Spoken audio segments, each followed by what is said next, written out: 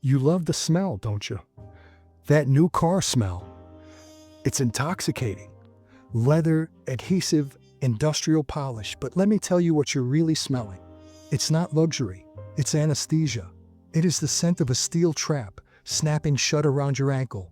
You signed a paper for a piece of metal, and in exchange you handed over your freedom for the next 84 months. 7 years in the state pen. You can get out in 5 for good behavior. But with the bank, there is no parole. My name is Tony Russo. Some call me a cynic. I call myself a historian of bad deals. I don't give advice. I don't tell you to skimp on lattes. I give you the blueprints to the prison you didn't even know you were living in.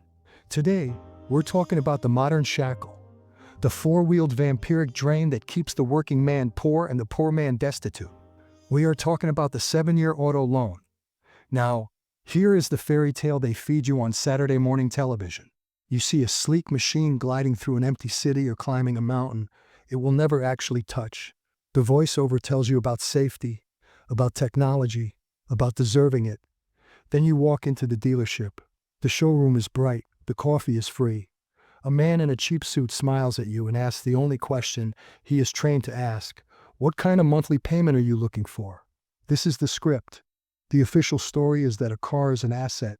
They tell you that as long as you can make the monthly nut, you can afford the ride.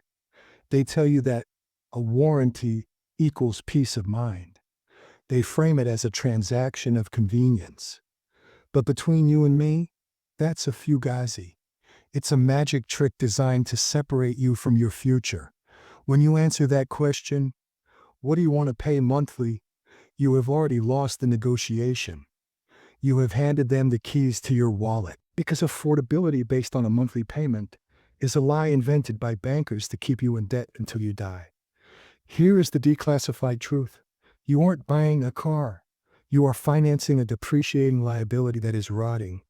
While you pay interest on it, you are paying a premium price for a rusting bucket of bolts. Let's look under the hood. Not at the engine, but at the math. The mechanism of the trap. It used to be you took a loan for 3 years, maybe 4, but cars got expensive, wages stayed flat. So to keep the monthly payment low enough to bait the hook, the bank stretched the timeline. 60 months, 72, now 84 months is the standard. Here is the silent thief, depreciation. The second those tires hit public asphalt, that machine loses 11% of its value. By year 3, it's worth half of what it was listed for. But your loan doesn't care about the rust. Your loan is front-loaded with interest. So 2 years in, you owe 30 grand on a car that the market says is worth 20. You are underwater. You are drowning. And the bank is standing on the dock throwing you an anchor instead of a rope. So why do you do it? Why do millions of people sign these death warrants every day? It's not because you need transportation. A $5,000 sedan gets you to work just as fast as a $60,000 SUV. It's domestication. The system has trained you to believe that your self-worth is tied to the badge on the grill. You think that new leather signals success to your neighbors. You think it signals safety to your family. It's fear. Fear of repairs, fear of looking poor, fear of not keeping pace. The suits know this. They monetize your ego. They rent you respect, and they charge you 18% interest for the privilege. Let me paint you a picture of the squeeze. You're 4 years into a 7-year loan. The new car smell is gone. The seats are stained. The check engine light just flickered on. You hate the car. You want out. You drive to the dealership to trade it in. The salesman runs the numbers. He comes back with a grim face. Tony, he says, we can give you 12 for the car, but you still owe 18 to the bank. That is $6,000 of negative equity. So what does he do? He smiles. Don't worry, we'll roll it over. He takes that 6 grand, adds it to the loan for the new car, and stretches the term to 96 months. Now you are paying for the car you drive and the ghost of the car you hated. You are stacking debt on top of debt. You aren't driving a vehicle anymore. You are driving a mobile financial crisis. And here is the kicker. The system isn't broken. The banks didn't make a mistake lending you money for a term longer than the car's warranty. It is working exactly as designed. They don't want you to pay off the car. They want you to have a car payment forever. They want it to be a utility bill, like electricity, like water, a subscription to mobility. If you are always making a payment, you can never save.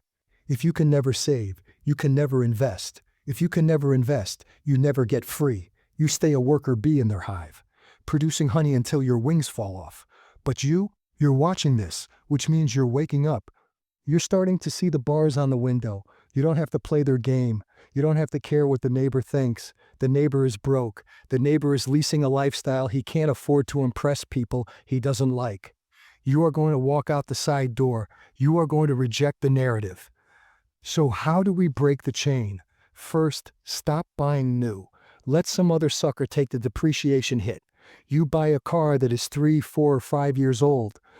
The steep drop in value has already happened. Second, the rule of 23/8. If you must finance, and I hate it, but I know reality, you put 20% down, you finance for no more than 3 years, and the payment cannot exceed 8% of your income. If the math doesn't work, you cannot afford the car. Third, the beater strategy. You drive a cheap, ugly car.